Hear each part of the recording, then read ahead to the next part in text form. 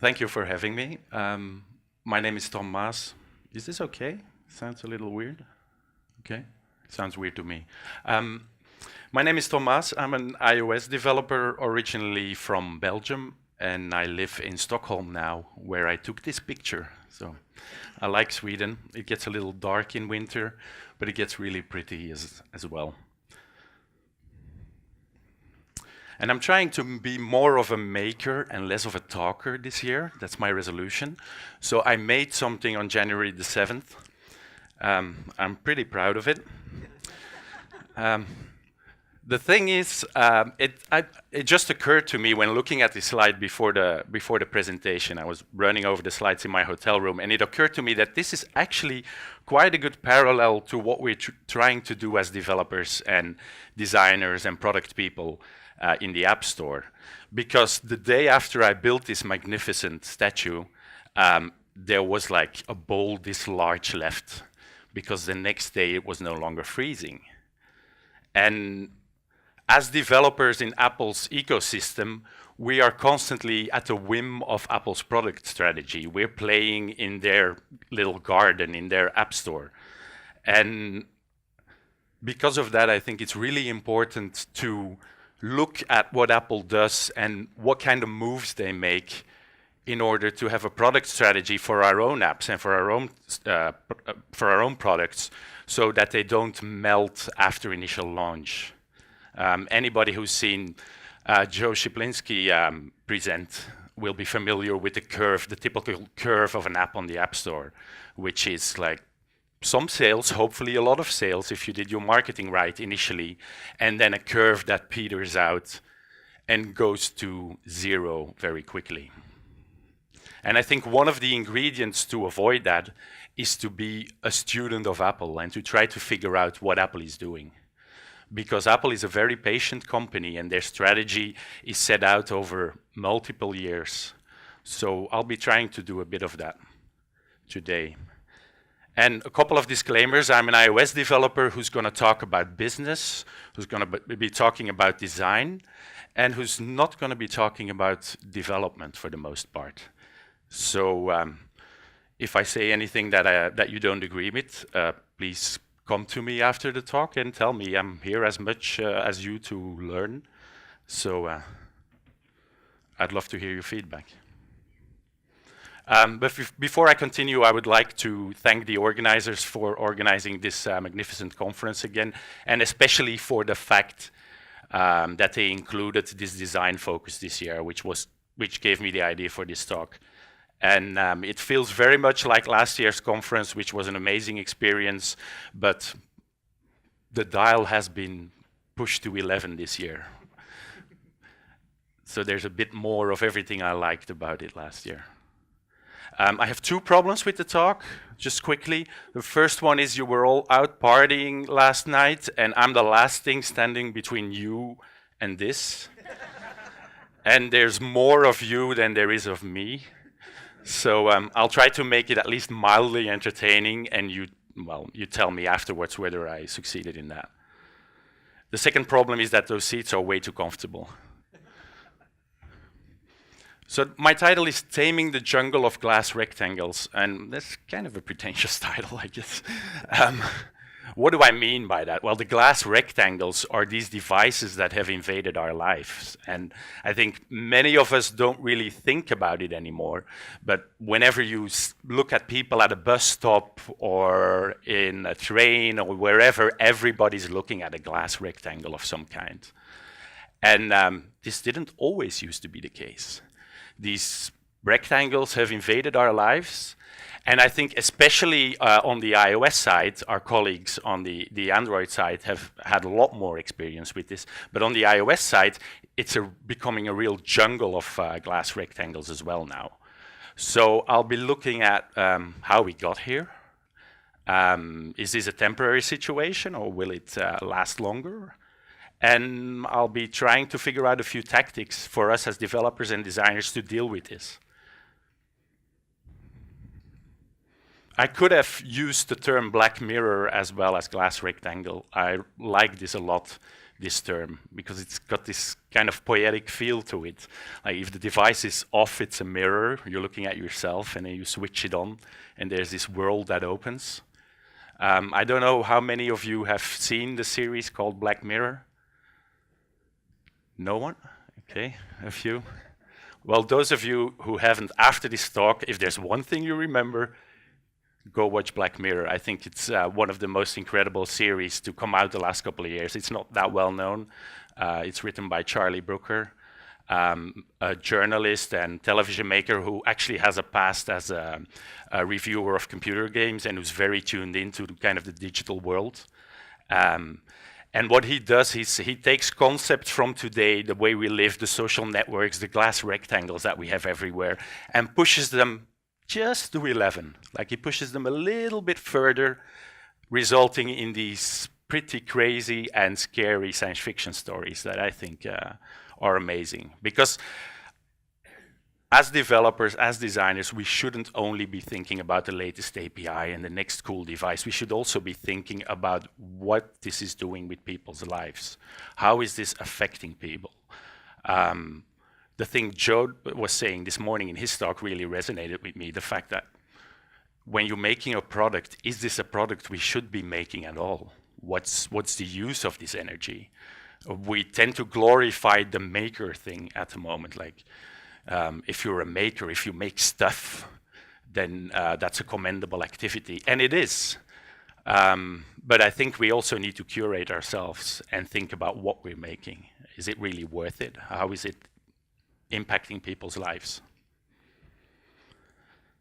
So in order to think about those things, I'd like to take you back, way back in time, to a moment 8 years ago. 2007, Steve Jobs got on a stage in San Francisco, January, and he introduced us to a device that was an iPad, an internet device, and a phone. How many of you still think of your glass rectangle as an iPod? Did I say iPad? An iPod, I mean. How many of you still think of it as an iPod? Or a phone? And I'd like to look at these devices, how they evolved in terms of those glass rectangles, because we've seen a lot of evolution. We've seen a lot of innovations. The devices keep getting faster. They keep gaining new sensors to know more about our world. But the main interface, the main way we interact with them is that display, that screen. 2008, we got a new device. We got 3G for the very first time. It was becoming reasonably fast, reasonably usable. But we still had the same 320 by 480 pixel screen, same size, 3.5 inch. 2009, same thing. Nothing changes in the form of our device. The 3GS is the first device in my mind that's fast enough to be comfortable and really enjoyable to use. And this was actually the main innovation on that device, oleophobic. Does anybody remember that term? Who knew the term oleophobic before 2009? That's one of the things I actually love about Apple when they introduce products. They've got this whole staging, this whole unveiling of the product, and with it comes a new vocabulary a lot of times as well. There's chamfered edges. There's the Milanese loop. How many people knew about the Milanese loop?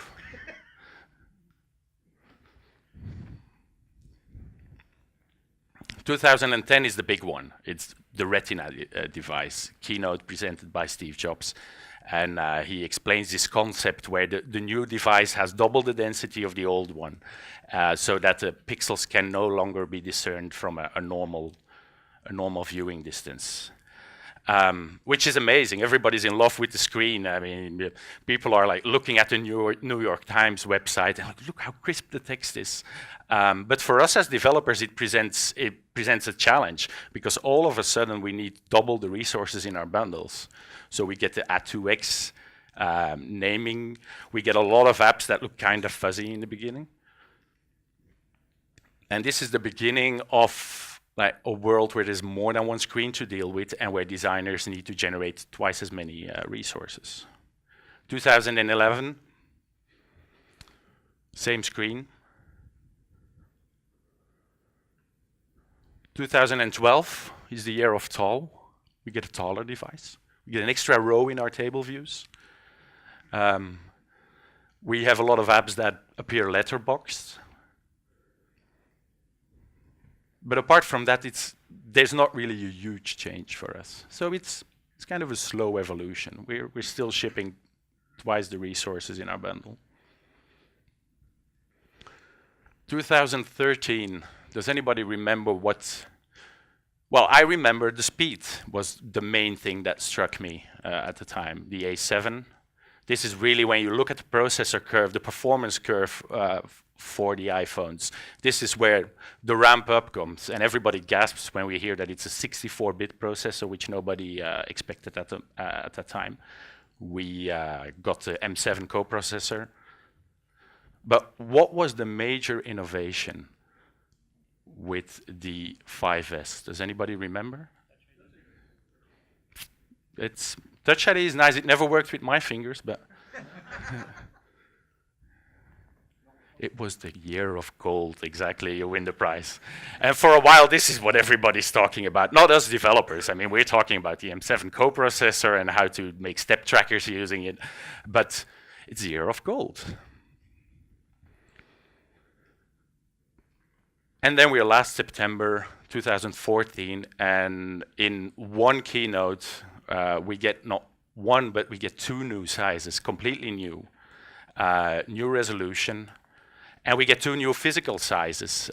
We get one that's too large,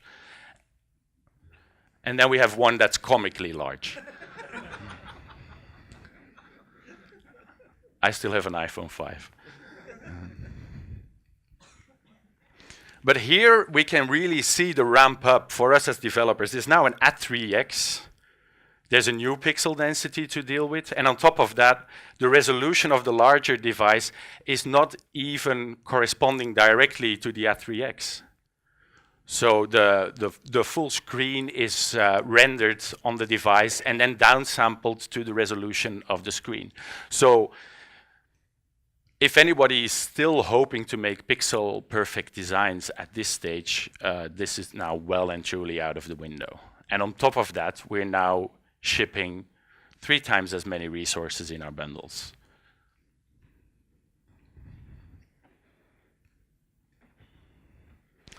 And then there's this, which will arrive in a couple of months, which is again, well, thankfully, it's the same pixel density that we're used to. But it's again a new device, well, 2 new devices actually, 2 new physical sizes with 2 different resolutions, and again a number of assets that will need to be resized to fit on the watch. So what's happening here? We've always heard that Apple is a company that very carefully picks a few products, and they're not interested in making large phones, and they're not interested in introducing new products for the sake of it. Well, I made a comprehensive graph this morning in my hotel room about this evolution. So I have Axis, so I'm already one better than Jeff Bezos.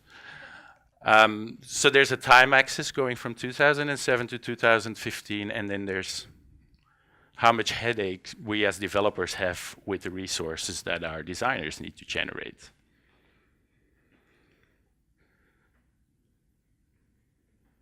In the October event where Apple presented the new iPads and the new Retina iMac, there was this iconic slide that a lot of people commented about because it illustrates beautifully how Apple has this whole product range all the way from your wrist to your desk, and how thin they are and how elegant, and how this evolution, how this whole product line is being filled out.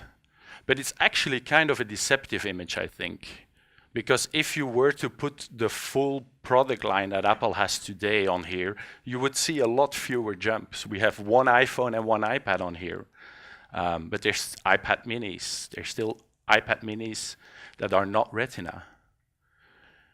There's the iPad Air, the larger size. There's 4 different sizes of laptops at the moment. So what we're seeing is actually a whole variety of devices, and it's no longer the case like it used to be that if you're a professional, you have a MacBook. And if you want to use a device in your living room, you use an iPad. And if you want a portable device, you have an iPhone. I think that is a strategy that was applicable a couple of years ago, because those devices were being introduced, they were finding their place in our lives. Whereas today, people are using them in ways that they didn't expect to a couple of years ago. I was recently in Asia, and although I like to laugh with big phones, that's actually completely the wrong attitude, because that big phone is the perfect device for some users. It doesn't work for me at this moment. As my life evolves and as my life changes, it might actually be the perfect device. If you go to Asia, you see a lot of 6 Pluses. And a lot of people are using that device as their primary computing device. I see people, even in Stockholm, watching a television series in the morning on their phone when they're sitting in the metro. And if that's the kind of use you have for that device, if that's your one central computing device, why wouldn't you want a bigger screen?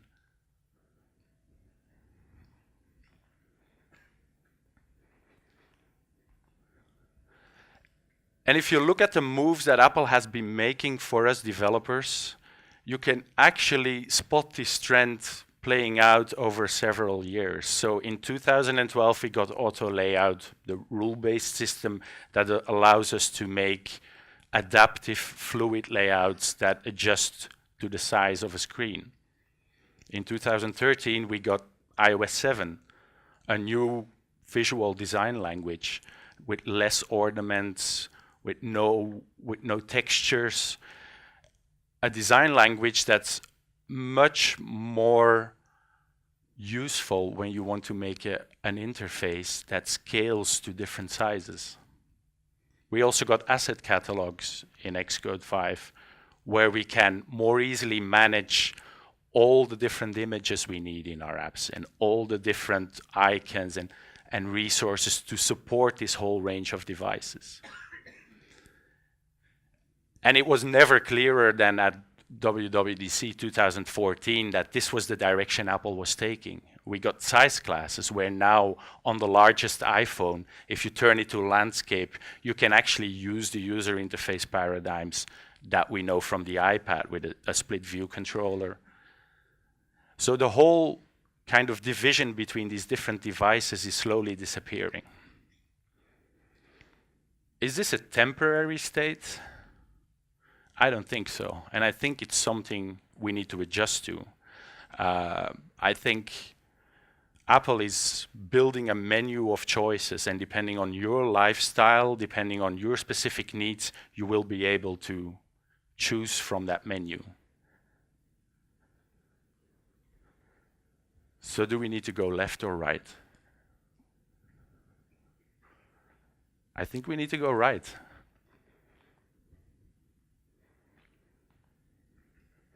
We need to think better about how the workflow between designers and developers is working.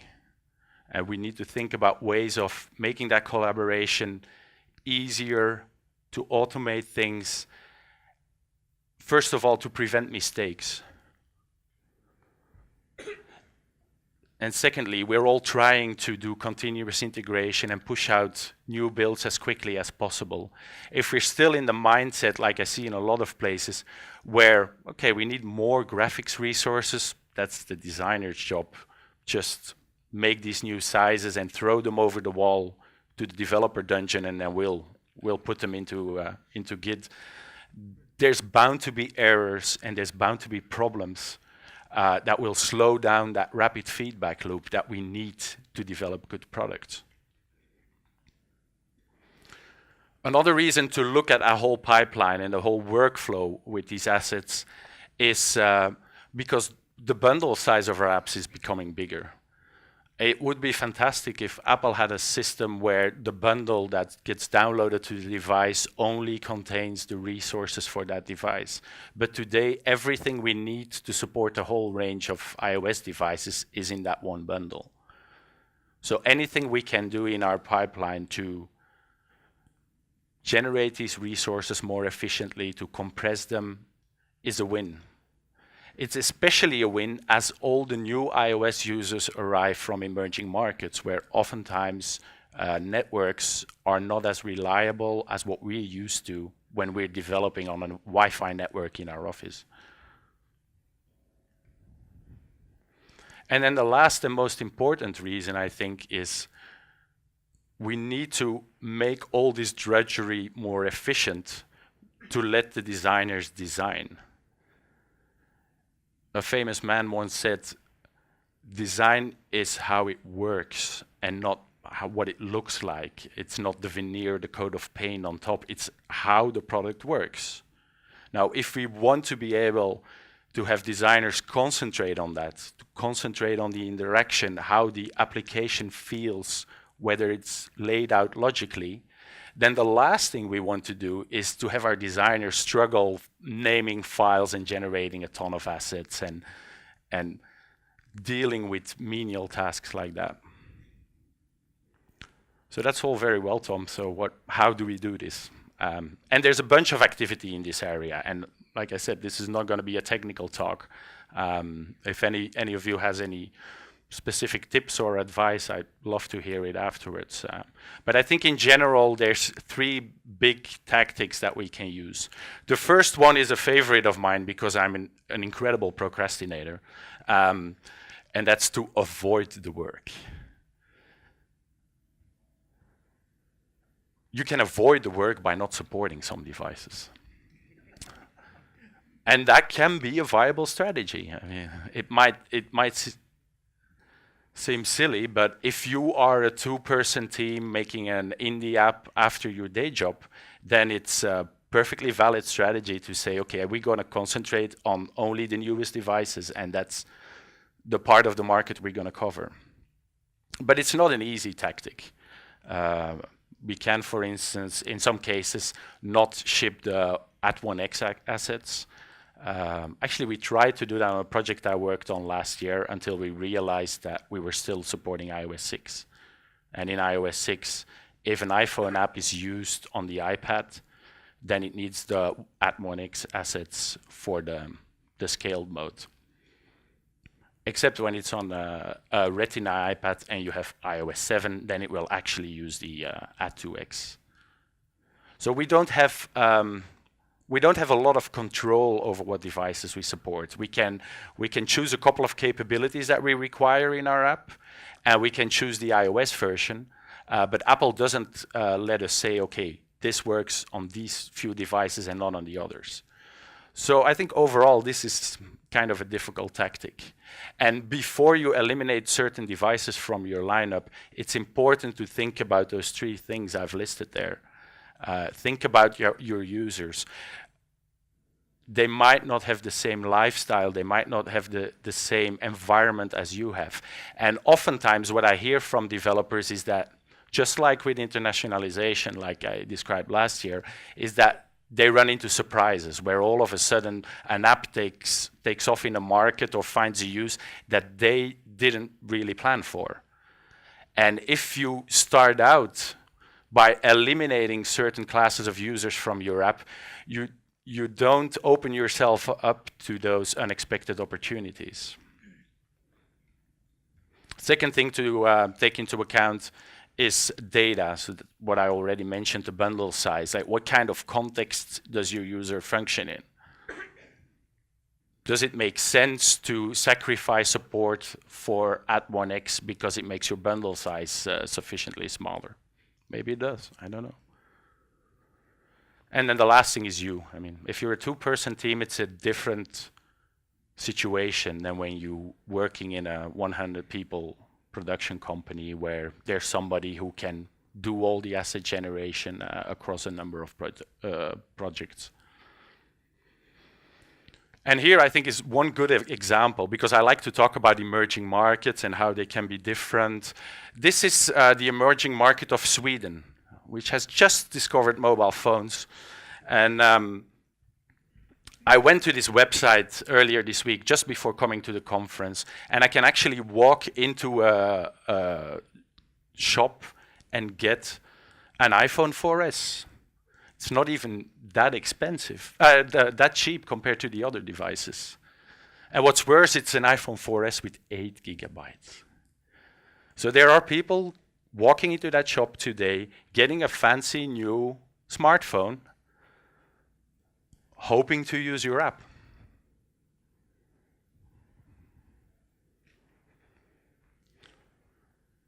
Second tactic is to eliminate bitmaps. Since the new design in iOS 7, a lot of our icons are like one color. Toolbar icons can be fairly simple vector shapes that don't have any texture to them, that don't require a bitmap. So there's different ways we can try to replace those bitmaps. First one is by using vectors in our application. And there's actually a couple of projects out there that allow you to use, for instance, PDF images in your app and render them on the fly. It's important to take into account the caching, because you're dealing with the usual speed versus storage trade-off there. But it's actually fairly easy to render a PDF image using core graphics. And there's some people that have done that work already for you and released libraries to do it. A second possibility is to bundle your images as code. Just use vector images, SVG, and use a tool like Pixelcode is probably the best known, and let Pixelcode generate core graphics calls and UIKit calls that will generate the images and not have static images in your bundle. This can be a really nice strategy, both from a bundle size perspective as well as a dynamic scaling perspective. The problem is that it won't work with every image. As soon as your vector image becomes more complicated, you can run into situations where, for instance, with blur defects, where the format will not correctly translate into these calls. And then lastly, a technique I think many people have used, which comes originally from the world of web development, is to bundle your vector image as a set of SVG files, for instance, inside a font, and use that font to render the symbols in your app. I've used that on an application last year, and I like it. It's very convenient, but one of the problems you run into is that all of a sudden you're dealing with different UIKit classes. When you want to put a symbol on the screen, it's a UI label instead of an image view. So it does affect your code quite heavily. And so far, I think it's possible to have a library that generates these fonts to bitmaps so that it can be integrated in your code more fluidly, but I haven't found anything like it yet. And I haven't written it myself either. So. Lastly, automation. If we bundle the bitmaps in our app, we can find ways of doing that in a more efficient manner. And a lot of designers already have that tool set. Whether you're working with Photoshop or Sketch, there are tools out there like Adobe Generator. Sketch has a lot of the functionality built in to slice the images correctly and then generate all the bitmaps that you need. But one additional functionality that we got last year is that now we can also, in Xcode itself, directly import a vector image as a PDF at the 1x pixel density, and then have that scaled up during the build process to the at 1x, at 2x, at 3x. I'm curious, how many of you are using the PDF workflow? It's, not that many, okay. About 5. So the disadvantage of this is that it's purely a build time step. And again, you have to be careful. You have to verify the results to make sure that your vector image was correctly translated to the bitmaps. So it's a static step as opposed to the middle column where we're actually dynamically generating the bitmaps at runtime. I already spoke about the tools. And then lastly, those of us who are developers, we develop stuff, we write scripts. The next time you see the designer you collaborate with struggle with file names or with an inefficient process, sit together and figure out how you can do this more efficiently. This can be as simple as a rule in a tool like Hazel that monitors a directory and rewrites file names correctly. But there's, in a lot of teams, I see a potential to improve this workflow and speed up the feedback loop between our designers and developers.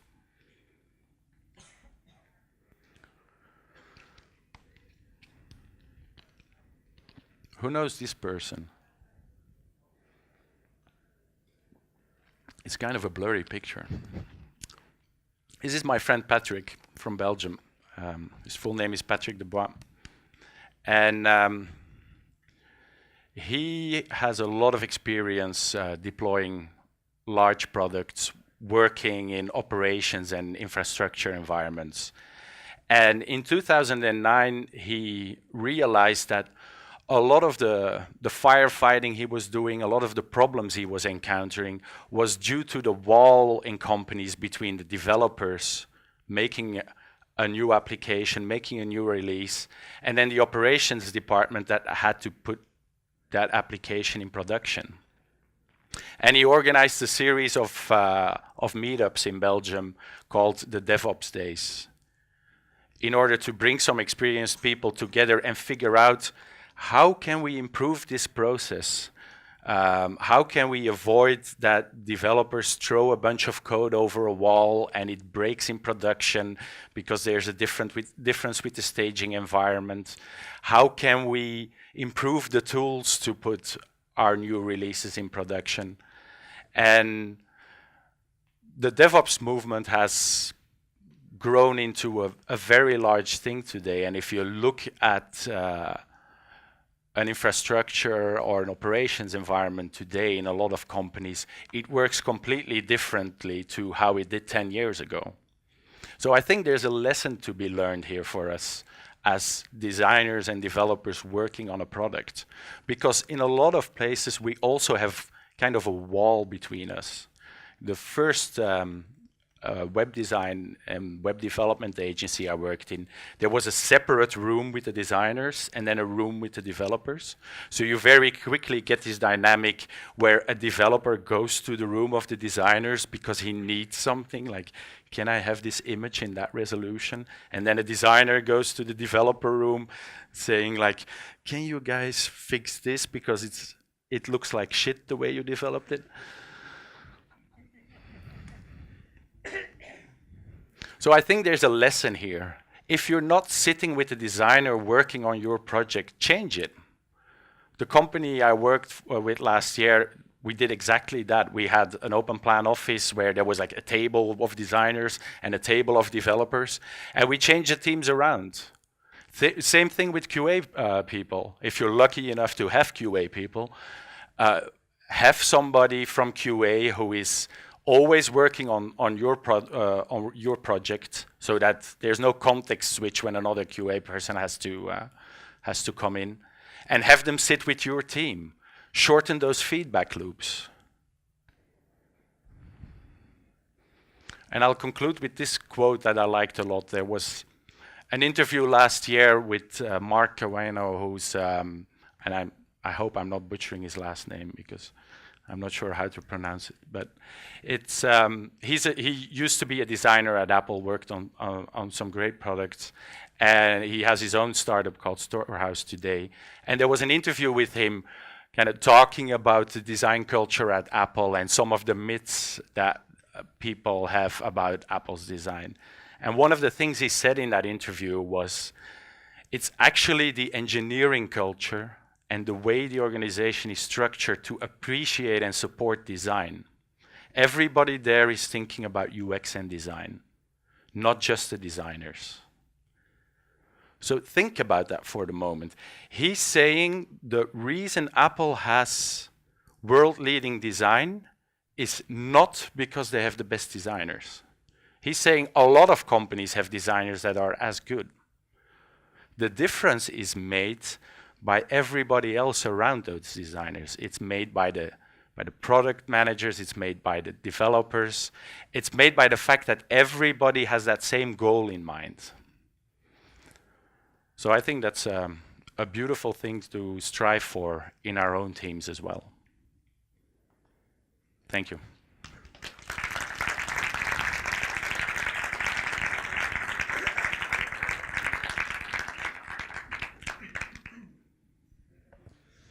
We have a couple of minutes for questions. Any questions, guys? Right here. Hi, really nice talk, thanks. I have a question because you talked a lot about cooperation between developers and designers. Do you recommend any tools for sharing resources, etc.? Yeah, so any tools. That was actually my initial plan for this talk, is to list all the tools and all the different kind of workflows you can use. And then I realized, first of all, there's a lot of tools out there. And one of the best sources of news about those is there's a great website called iOSDevTools.me, I think, which has kind of a directory of tools related to iOS development. And that there's a pretty complete list there. Like, for instance, there's sketch templates that allow you to quickly generate all the icons. There are tools that allow you to verify that you have like all the correct sizes. There's a lot of tools out there. The problem is, I think everything depends on the kind of team you're working in, like what kind of structure you have, how many resources do you have.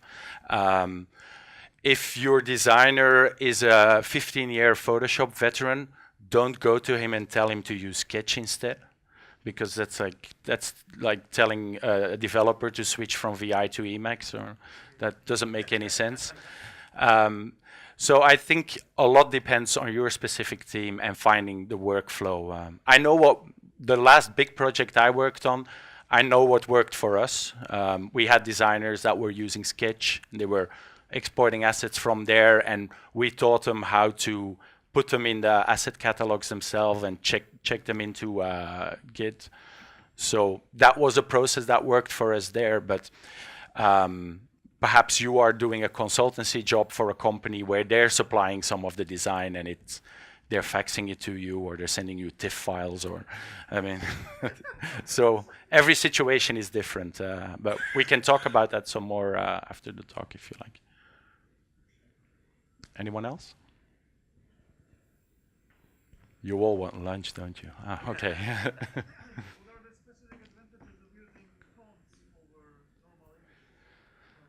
Well, the advantage of fonts is that it's one of the ways we have today to ship vectors in your application. It depends. Yeah, that really depends how many resources you have. There's a little bit of overhead in the font format.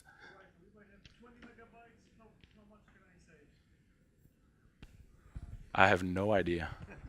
I mean, try it. Can we have some more concrete things, please? Wait, who's that? It's me. Oh, okay, Still, sorry, yeah. Yeah, it really depends. I think that we It should depends on the complexity of your images. Yeah. Well, I think this is a developer conference. We have to have something concrete, because we always have to listen.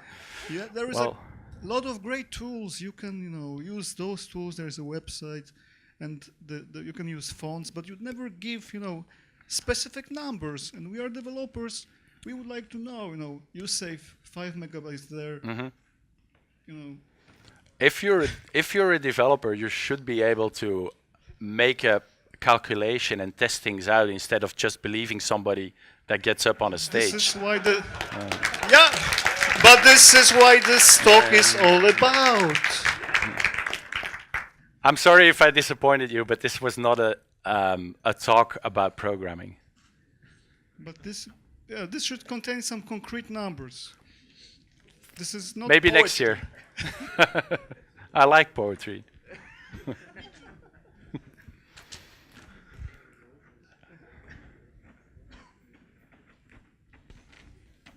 Anybody else? Anybody who likes poetry? Yes. Hey. Hello. David. Oh, sorry. Sorry, I'm here. So you mentioned Pixelcode, Paintcode. Sorry. Yes. I tried it, and what I found is there are some problems with importing stuff from Illustrator.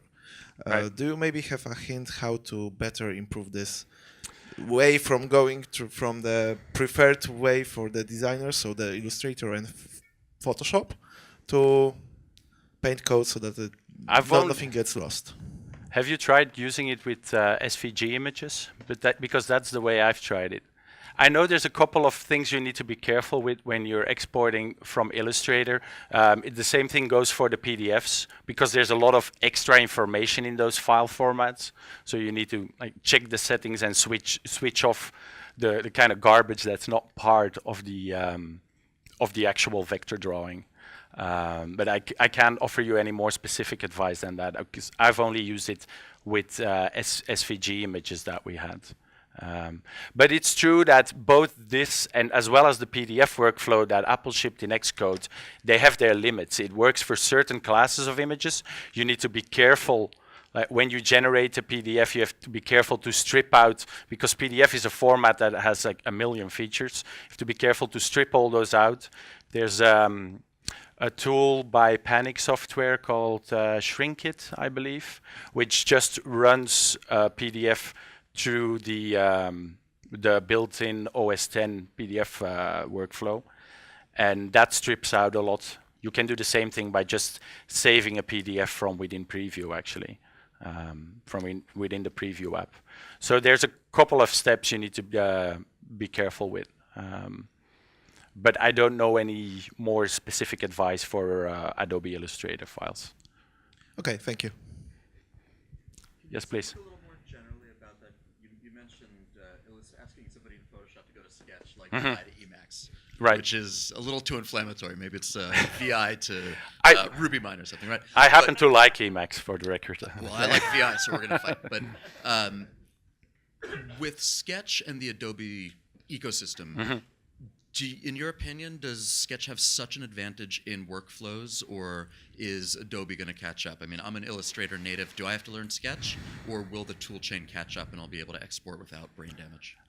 I think if you are, I tend to be pragmatic in those things. I think if you are an expert Photoshop or Illustrator user, you've been using it for years, the shortcuts are like ingrained in your muscle memory, I think it doesn't make much sense to switch to a different tool just because it's the new hotness. Not the new hotness, but if it's... The question is really in what you've seen of Adobe's ability to continue to grow with the market. They owned the market for so long, they got lazy. Do you see them catching up, or are they so far behind that Sketch and the new, quicker, lighter, more nimble companies are going to eat their lunch? I think they'll definitely catch up in feature set. I think the problem for a lot of users, or the kind of feedback, I don't use either, but the kind of feedback I hear from designers is that they like a more focused tool set that's specifically for interaction design, for like mobile design, and that doesn't carry all the weight of also being like a photo processing studio and being all those other things to all these different audiences. So as far as I can tell, that's what people like about Sketch, that it's specifically targeted at this market, and which results in a more nimble tool as well. But I think I would be surprised if the feature set doesn't become available in Adobe's tools. It will just be one of many, many features, so it's a different approach. My question would be, throughout your career as an iOS developer, what were the sort of extreme moments from headbanging to eureka when it comes to, for example, streamlining the workflow between you and designers, or just managing the assets yourself? That's an interesting one. My most recent experience was with some designers who were all like learning to code and learning to use Xcode. So that was actually a very easy and a very fluid process to a large degree. I think one of the hardest struggles I've had is version control. I mean, we all love Git, but frankly, the user interface and the command line of Git is just the worst ever.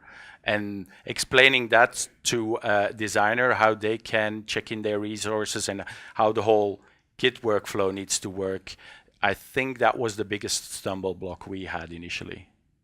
Like finding a good flow there and coordinating the releases so that we have the proper branching strategy so that our designers can take part in our overall like deployment cycle. I think that was the biggest struggle. So a related question: do you have any experience of working either existing tools or making your own tools to make the collaboration between designers and developer easier, so that the designer can adjust assets or change colors without having to go through a designer or without having to commit new assets? So the developer can change? No, that the designer can try out things, and if they want to try out a new asset, they can change it without having to go to the repo and commit assets. Right. Be aware of version control. Well, there's a number of tools available. I'm here with a number of tools again. There's some projects that allow you to abstract out aspects of your visual design and abstract out parameters so that they're easy for your designer to change and immediately like rebuild the project. DB5 by the team of my good friend Dave Whiskers here is one such library where you just like take, for instance, the colors that are used in your user interface and put them in a separate file. That's one. There are other tools around where you use a kind of a visual language that's simple to edit and not as error prone as actually touching the rest of the source code. Does that answer your question, or is that not what you're looking for? Another thing, thinking back to the source control, there's a tool developed by a friend of mine called Gemba, if I'm not mistaken, and he's been building the product specifically to address this kind of gap between developers and designers in how we use version control. Because a lot of time designers don't need the whole crazy Git feature set. They need a couple of specific workflows to do. And his tool is targeted at that. So it allows designers to have a OS 10 app where they can easily check in assets to Git in a way that looks prettier than the regular experience, and that strips out all the extra functionality that is just there to confuse them. Okay, question from me. Do you have any hints? Right, I'm sorry. Here in the back. Okay, hi. Hey, do you have any hints how to convince developers to using fonts? People in my company aren't really keen on using this technique. They think this is a kind of devilish idea. But when I've heard of it, I was picking my jaw from the floor. It's that simple. You can just put a font and have different sizes of icons instead of putting 20 files. It is lovely in the sense that you get that dynamic at runtime resolution independence, you know. So that I like that about it a lot. But on the other hand, I agree with some developers' kind of opposition against it, because it does require a bit more management, because you're not just managing a font to include in your bundle. You also need the mapping between the Unicode characters and what they mean, like what symbols correspond to them. So you'll have a file in your source code somewhere that has these symbolic names for these characters. So that's that's already an extra management step that can go wrong. And on top of that, the thing I was saying earlier, the fact that in your UI kit classes, all of a sudden you're dealing with text labels instead of images. So I think a more elegant solution to that is possible. Nobody has built it yet, but I think it would actually be interesting to try and make a library that takes those vector images from the font and just generates the resources, the bitmap resources on the fly, caches them, so that you can continue to use your like bitmap-oriented UI kit classes. So yeah, it's. I think the reason it's interesting, I agree with you there, is that it's one of the only ways we have today to reliably include vectors in our image, in our bundle. So yeah, until Apple ships something more comprehensive than the PDF workflow, we're stuck with these kind of stopgap measures.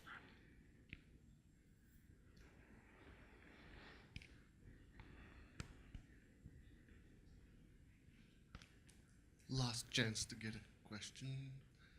Not there. So thank you, Tom. Thank you very much for your. Thank you.